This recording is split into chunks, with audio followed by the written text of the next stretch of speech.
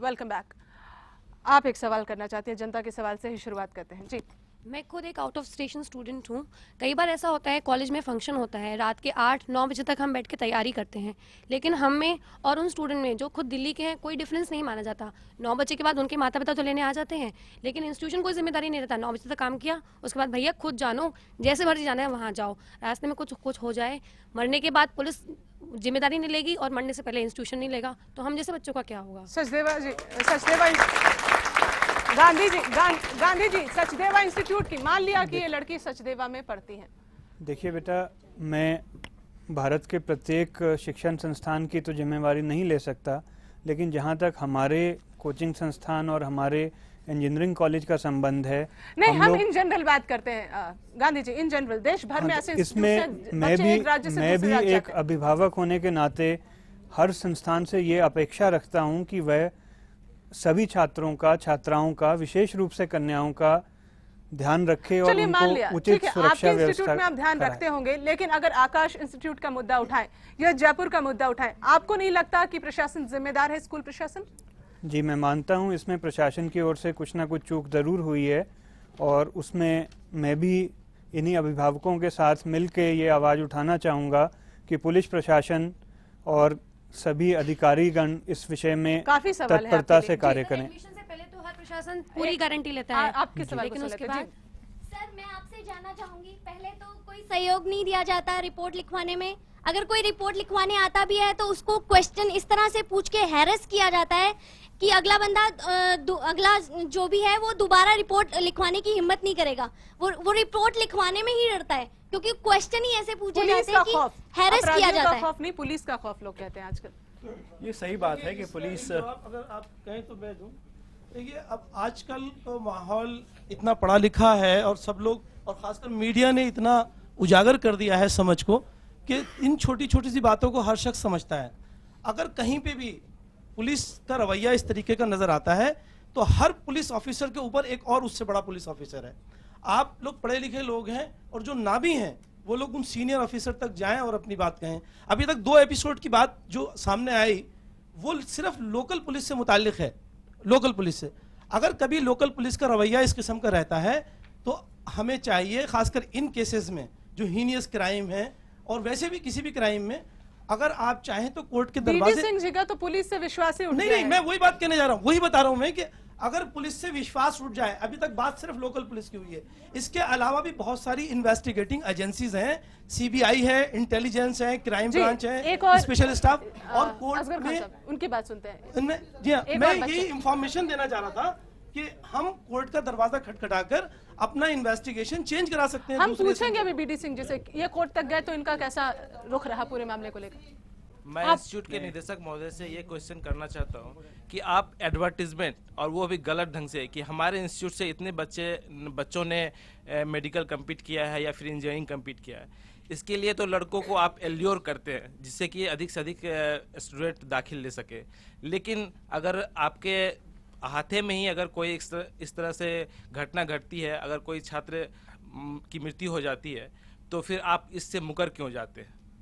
नहीं, देखिए, यहाँ तो मैं पहले ही आपके साथ अपनी सहमति व्यक्त कर चुका हूँ कि यदि प्रशासन के पार्ट पर कोई लापरवाही हुई है, यदि कोई कोताही बरती गई है, तो उसके लिए संबंधित अधिकारियों को आगे आकर के और सबके साथ, जनता के साथ सहयोग करना होगा और उन कमियों को भविष्य के लिए दूर करना होगा।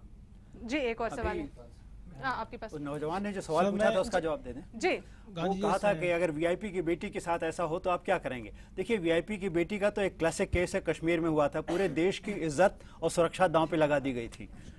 वो आज तक हमारे गले में एक चक्की की तरह वो घटना पड़ी हुई है, और वहीं से कश्मीर में आतंकवाद उसी घटना के बाद और तेजी से बढ़ा है। जी, एक सवाल। जी, आपने बोला कि आप बच्चों का ध्यान रखना चाहेंगे। जी, क्या आप कुछ मेजर्स बता सकते हैं कि आप किस तरह से बच्चों का ख्याल रखें? कुछ स्पेसिफिक आप जो प्रिकॉशनरी मेजर रखना चाहेंगे? बहुत अच्छा प्रश्न है, और इस प्रश्न के उत्तर में मैं कई ऐसी बातें बताना चाहूँगा जो कि आप सभी अभिभावक और अन्य शिक्षण संस्थाओं के प्रतिनिधि यदि इस कार्यक्रम को देख रहे हों तो वह भी इन सब पॉइंट्स को फॉलो करके अपने छात्रों का जीवन सुरक्षित और आनंदमय बना सकते हैं। पहली चीज़ तो जो तकनीकी संस्थाओं के अंदर एक बीमारी बहुत भयंकर रूप से फैली हुई है, जिसे रैगिंग के नाम से जाना जाता है। रैगिंग की वजह से भी बहुत बच्चे अपना मानसिक संतुलन खो बैठते हैं और कई बार कोई गलत कदम उठा लेते हैं। तो पहली चीज़ तो जब भी कोई छात्र या छात्रा किसी तकनीकी संस्थान में प्रवेश करने के लिए आए तो उसे सीनियर बैच के किसी एक पर्टिकुलर इंडिविजुअल छात्र या छात्रा के साथ अटैच कर देना चाहिए। इसे हम मेंटरिंग का प्रोसेस कहते हैं कि हर फर्स्ट ईयर के स्टूडेंट के ऊपर एक सेकेंड ईयर या थर्ड ईयर का स्टूडेंट हम मेंटर बना देते हैं कि हम उस बच्चे के ऊपर जिम्मेदारी डाल देते हैं कि बेटा यदि इस पर्टिकुलर छात्र या छात्रा को कोई भी असुविधा होती है फिर वो तो लोग आप दादागिरी उसकी पर मदद उतर करें। आते हैं। जी नहीं, इसमें देखिए हर संस्थान में होता है, ऐसा ही है फर्स्ट गांधी जी। ईयर और सेकेंड ईयर की संख्या बराबर होती है।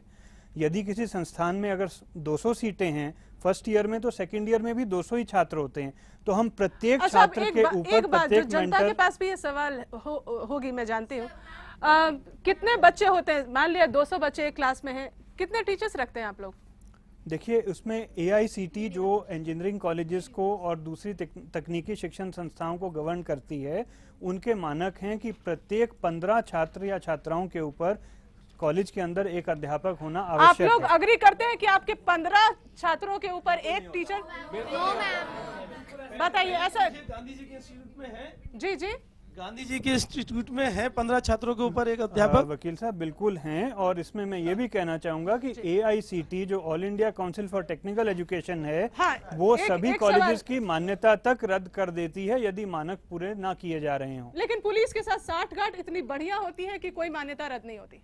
देखिए इसमें इस पर्टिकुलर केस में पुलिस का कोई रोल नहीं होता। मान्यता AICT और विश्वविद्यालय प्रदान करते हैं। कितने लोग आते यदि हैं उनके मानकों को पूर्ण इंस्पेक्शन किया कब होती है? जाए। जब इंस्पेक्शन होने को होती है पहले आपको खबर मिल जाती है, सब कुछ बिल्कुल परफेक्ट कर दिया जाता है। सर मेरा क्वेश्चन ये है, जैसे कि आप कह रहे हैं अभी रैगिंग का, सर जब छोटी से छोटी बात होती है आप लोग कहते हैं कि जस्ट इग्नोर देम, आप उनके पास मत भटकिए, आप अपनी क्लास में बैठिए। ऐसा क्यों? जब वो छोटी से छोटी बात बड़ा रूप लेती है तभी आप उस पर क्यों एक्शन लेते हैं? आप छोटी से छोटी बात पे क्यों नहीं एक्शन लेते हैं? देखिए इस कन्या ने एक बड़ा रेलिवेंट सवाल उठाया है। कई बार ऐसा होता है कि सीनियर जो छात्र छात्राएं हैं उनके अहम का, उनकी सीनियरिटी का और उनकी ईगो का ध्यान रखने के लिए मैनेजमेंट द्वारा छात्रों को ये सलाह दी जाती है कि आप इनकी प्रति पूरी, आप इनको सीनियरिटी का एहसास कराएं, आप इनको विश करते रहें, आप इनके साथ दोस्ताना और सबमिसिव गांधी जी, यहाँ व्यवहार तकरीबन रखें। 80 बच्चे तो होंगे ही, किसी न किसी कॉलेज, इंस्टीट्यूट, स्कूल में जाते होंगे। इन सबसे मेरा एक सवाल है, क्या ये अपने अपने इंस्टीट्यूट से सेटिस्फाइड हैं? अगर सेटिस्फाइड हैं तो हाथ उठाएं। कितने लोग हाथ उठाते हैं सेटिस्फाइड होकर?